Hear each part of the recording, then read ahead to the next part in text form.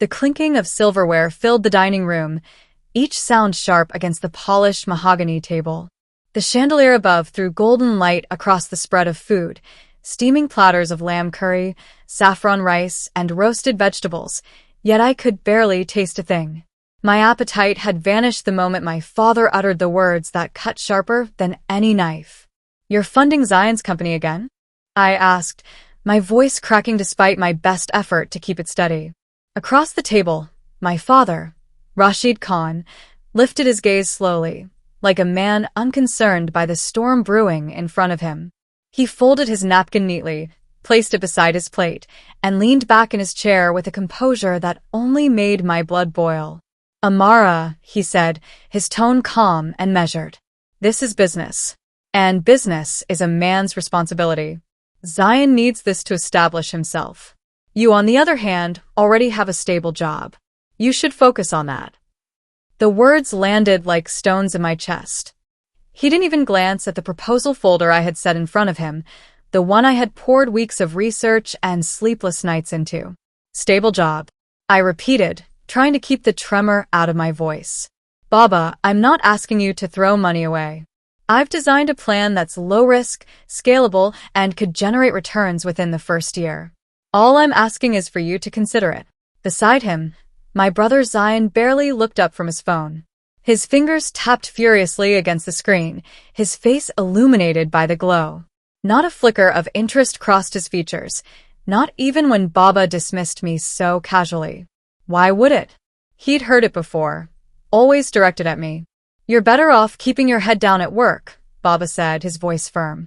"This dream of yours, it's impractical." Impractical. That word. It carried the weight of every other time he'd brushed me aside. I clenched my fists under the table. So, Zion gets endless chances? His e-commerce site failed. His app failed. That marketing agency? It barely lasted 6 months. Each time, you wrote the checks.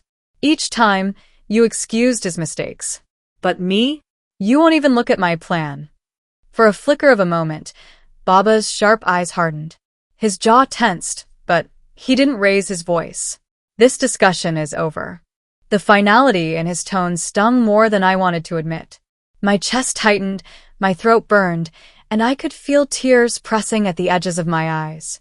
I refused to let them fall here, not in front of him. I shoved back my chair, the legs scraping loudly against the polished floor, and rose without another word. My feet carried me out of the dining room, through the marble-floored hallway, and out into the cool evening air. That night, back in my small apartment, I sat staring at the proposal that lay across my desk. The neat charts and projections mocked me, each line a reminder of the effort I had wasted on someone who would never take me seriously. It wasn't just a business plan. It was a piece of me. I had envisioned a boutique consultancy that would offer financial planning and strategy for small businesses, shops, cafes, family-owned stores, the kind of places struggling to survive in a fast-changing world. I knew the numbers, the risks, the potential rewards. I'd built projections that were realistic, achievable, and grounded in my years of experience in finance. And yet, Baba hadn't even bothered to flip a page. I wanted to cry, to let the frustration and hurt pour out, but instead I reached for my laptop. If he wouldn't back me, I'd find another way. I had my skills. I had my determination. And though my savings weren't much, just enough to cover the basics, it was a start. I wasn't going to let his doubt define me. The next morning, I called Maya. She was my best friend, my confidant, the one person who had never once told me to be realistic. If anything, Maya was the one who had pushed me to dream bigger. When she answered, her voice was groggy. "Amara? It's 7 in the morning.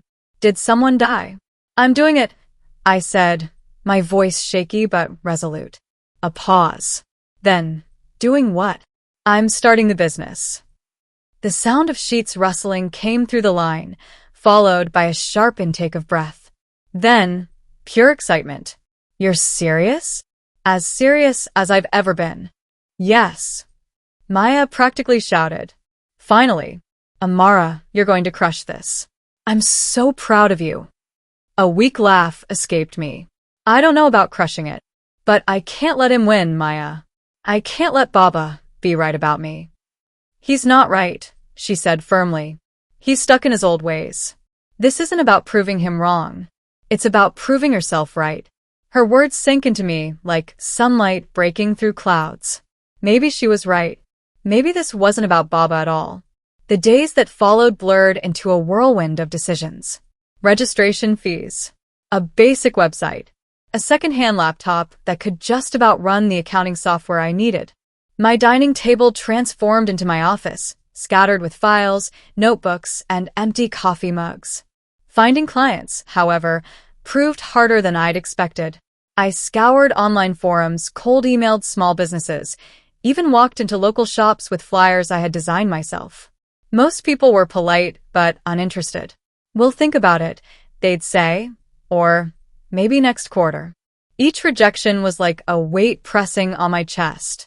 Each night I lay in bed replaying Baba's words, "Focus on your stable job."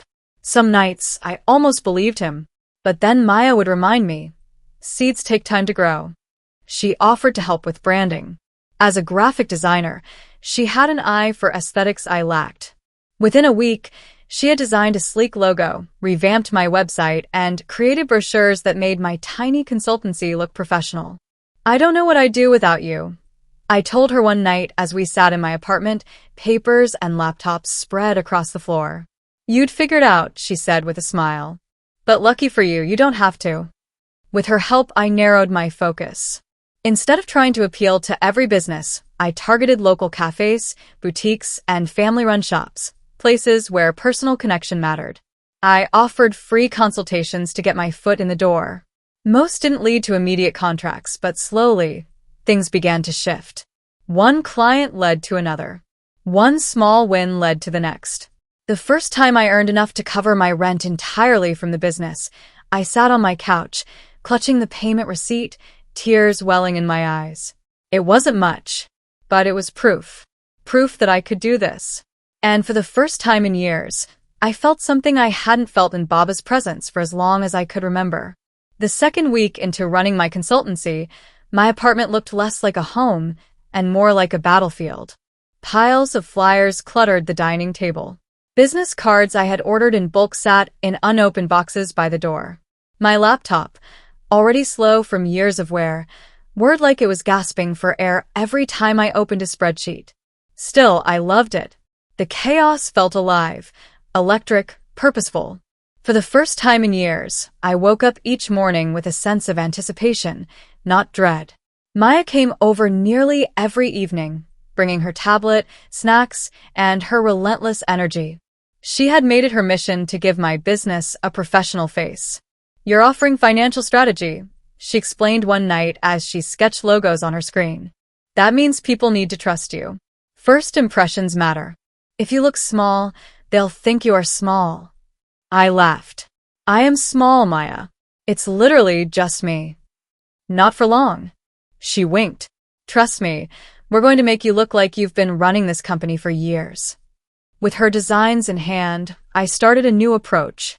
Instead of spamming cold emails that went unanswered, I focused on walking into local businesses, boutiques, bookstores, cafes, armed with glossy brochures and my rehearsed pitch. Most days, the rejections still stung. "We already have an accountant," one boutique owner told me politely, handing back the flyer. Another cafe manager frowned. "Sounds good, but we can't afford consultants right now." Each no was a tiny dagger, but I kept going. Then one Wednesday afternoon, something changed. I walked into a small bakery called Sweet Crumbs, its glass display packed with pastel-colored macarons and buttercream cakes. The air smelled of sugar and vanilla. A woman behind the counter, flour dusted across her apron, looked up wearily as I introduced myself. "I'm Amara Khan," I began. "I run a consultancy for small businesses. I'd love to offer you a free session to show how I can help streamline your finances and payroll." She gave a skeptical smile. "We're barely keeping up with orders. I don't have time to think about payroll." "That's exactly why I think I can help," I said quickly, my heart pounding. "If you give me 1 hour, I'll show you how to save both time and money. No obligation." She hesitated, then sighed. Fine. Tomorrow at 10. But if you waste my time, that's it. I spent the entire night preparing. I analyzed bakery industry benchmarks, calculated potential savings, and designed a simple plan she could implement right away. The next morning, I arrived armed with spreadsheets and nervous energy. To my surprise, the owner, Farah, listened carefully. Her skepticism softened as I walked her through numbers, charts, and easy-to-follow processes. By the end of the session, she was leaning forward, nodding. This could actually work. A week later, she became my first paying client. When the payment cleared, I nearly screamed with joy. I texted Maya in all caps. First client. It's real. She replied instantly. Yes. Pop the cheap champagne. I'm coming over. That night we celebrated with dollar store plastic cups, a half-price bottle of sparkling wine, and greasy takeout. To sweet crumbs, Maya toasted, raising her cup. To sweet crumbs, I echoed, my chest swelling. The momentum grew slowly, then faster. Farah recommended me to a friend who ran a small flower shop. That friend recommended me to her cousin with a boutique clothing store. Word spread, not in a flood, but in a steady trickle that began to build something I hadn't dared to hope for: consistency. I started making just enough profit to cover groceries, rent, and bills without dipping into my savings. Each step felt monumental. But while my little world was blossoming, the storm at home brewed stronger. My mother called one evening as I was balancing accounts for 2 new clients. "Amara, how's your little project going?" she asked, her tone warm but dismissive. I swallowed my irritation. "It's not a project, Mama. It's a business. And it's going well." Good, she said quickly, as if eager to move on. "Your father is very busy with Zion's company right now. Maybe you should ask Zion for advice." I nearly choked. Zion. Yes, he's been working so hard. Hard? I wanted to laugh. The whispers I'd heard from industry contacts painted a different picture. Missed deadlines, investors growing impatient, chaos inside his so-called startup. But Mama wouldn't hear it. In her eyes, Zion could do no wrong. I bit my tongue and changed the subject. One afternoon, fate threw me face to face with him. I walked into a crowded cafe near my apartment, laptop in hand, looking for a quiet corner. And there he was, Zion, sitting at a table, his screen filled with spreadsheets, his expression tight with frustration. "Zion," I asked, surprised. He looked up, startled. "Amara? What are you doing here?" "I live around the corner," I said casually. "How's the company?" His eyes darted back to the screen. "Fine. Just a lot of moving parts, Right, I said softly, not pressing further. But as I walked away, a strange feeling settled in me. For the first time, I saw not the golden boy who had everything handed to him, but someone drowning in responsibilities he couldn't manage. Almost, I felt sorry for him. Almost. Meanwhile, my own business demanded everything I had. I tracked every expense down to the last rupee. I analyzed client patterns, refined my pitch, and tested different strategies to draw people in. Each failure became data, each rejection a lesson. One night, after losing a potential client to a larger firm, I vented to Maya. "I don't know if I can compete," I groaned. "Why would anyone choose me when bigger firms have more resources?" Maya looked up from her tablet, calm as ever. "Because bigger firms don't care. You do. You're not just running numbers, you're building trust. That's your edge." Her words stuck with me.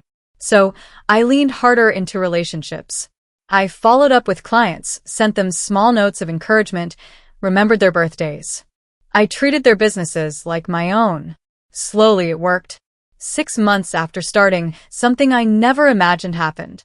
Farah, the bakery owner who had taken a chance on me, introduced me to a regional chain of cafes. After 2 meetings and countless revisions to my proposal, they signed a contract for me to manage their finances and payroll. It was the biggest deal of my career so far. The night I got the confirmation email, I collapsed onto my couch, covering my face with my hands. Tears spilled before I could stop them. Tears of relief, triumph, disbelief. When I called Maya, she screamed so loudly I had to hold the phone away from my ear. "This is it, Amara. This is your breakthrough." Maybe it was. Maybe all those rejections, those sleepless nights, those whispers of doubt had been leading here. For the first time, I didn't just feel like I was surviving. I felt like I was building something real.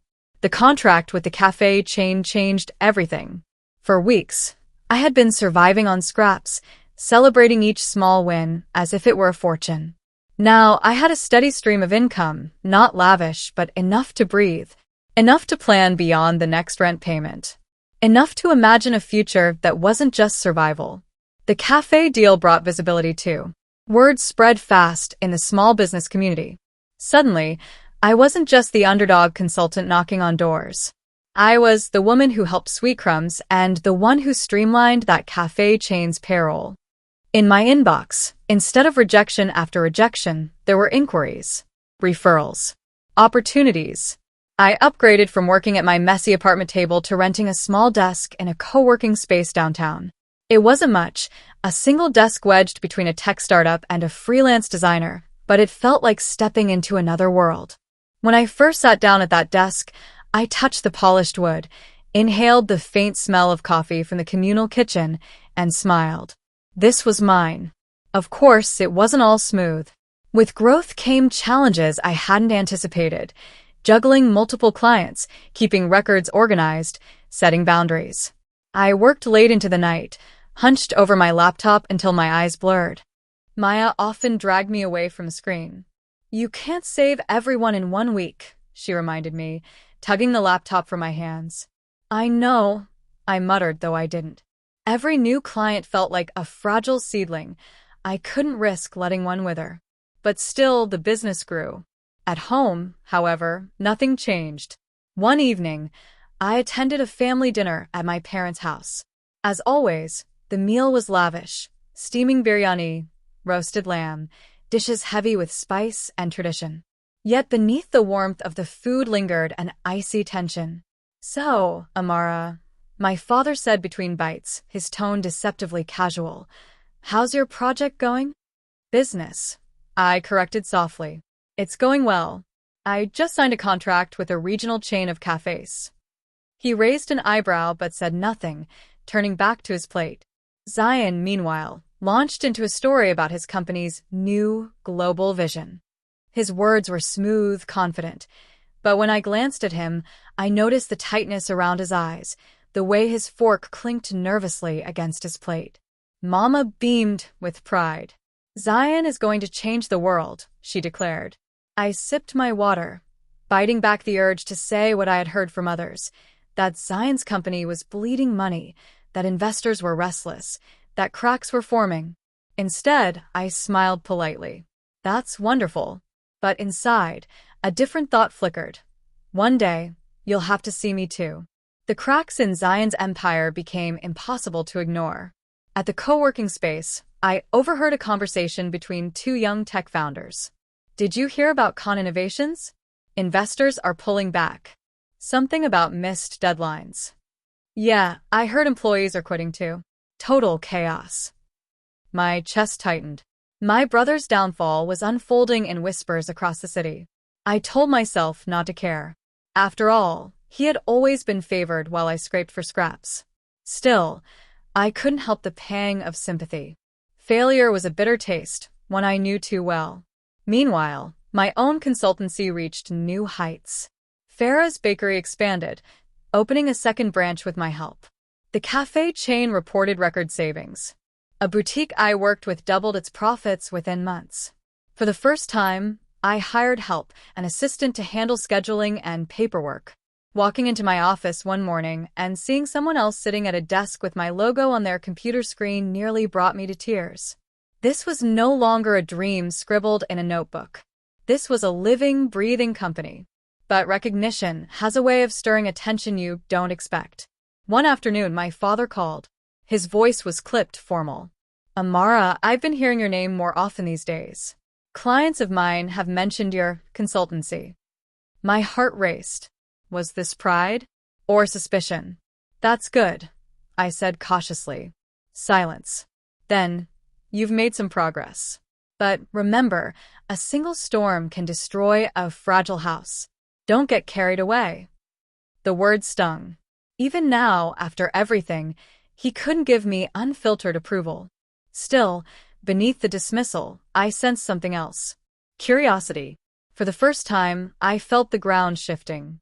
Then came the moment everything tipped. Late one night, as I was reviewing a proposal, my phone buzzed with a message from an old acquaintance in the industry. Your brother's company just lost its biggest investor. It's all over the news. I froze, staring at the screen. Zion, the golden boy, the heir, the one who could do no wrong, was unraveling in front of the entire city. Part of me ached for him, but another part, deep down, couldn't ignore the truth. The balance of power in our family was changing. The morning after Zion's collapse hit the news, the entire city buzzed. Headlines splashed across business blogs and Twitter feeds. Khan Innovations loses major investor. The fall of a promising startup. Can Zion Khan recover? At the co-working space, whispers followed me from the coffee machine to my desk. Some looked at me with pity, others with curiosity. Isn't he your brother? A designer asked cautiously. Yes, I said simply, before turning back to my laptop. I didn't owe anyone an explanation. But when I was alone, I felt the weight of it. Zion had been groomed for greatness, showered with investments, granted every advantage I never had. And now, he was crumbling in public while I quietly thrived. It wasn't triumph I felt. Not exactly. It was something more complicated, vindication mixed with sorrow. At home, the silence was deafening. Mama avoided the subject altogether, bustling about the kitchen as if cooking could erase the scandal. My father, Rashid, grew more withdrawn, his once proud shoulders heavy with disappointment. One evening, I found him sitting in the study, the glow of his desk lamp illuminating stacks of financial reports. His face looked older, carved with lines of worry. Baba, I said softly. He didn't look up. Your brother has made mistakes. His voice cracked on the word. So many mistakes. I hesitated, then chose my words carefully. He'll learn from them. Failure teaches in ways success never can. For the first time in years, his eyes met mine, not with dismissal, but with something closer to respect. You speak as though you know, he murmured. I do. The silence between us stretched, heavy but different now. Not adversarial, almost equal. Meanwhile, my consultancy reached a turning point. With a cafe chain as a flagship client, more companies came knocking. A regional clothing brand, a logistics startup desperate to cut costs, even a medical clinic struggling with chaotic billing. Each contract stretched me thinner, but I refused to compromise quality. I expanded my team, first one assistant, then two. Then Maya officially joined as creative director, her designs now shaping my clients' brands as much as my strategies shaped their finances. We moved into a proper office space, a small suite with glass doors, our logo stenciled proudly on the wall. The day I walked into that office for the first time, sunlight streaming across the polished floor, I had to fight back tears. This was no longer a dream. It was real. It was mine. The recognition followed. One morning, a journalist from a local business magazine reached out, requesting an interview. Your story is inspiring, she said during our meeting, her recorder blinking red. From leaving corporate finance to building your own consultancy, and in less than 2 years. How did you do it? I smiled. By listening. By caring. Most consultants focus on numbers alone. I focus on people. Numbers tell the story, but people decide the ending.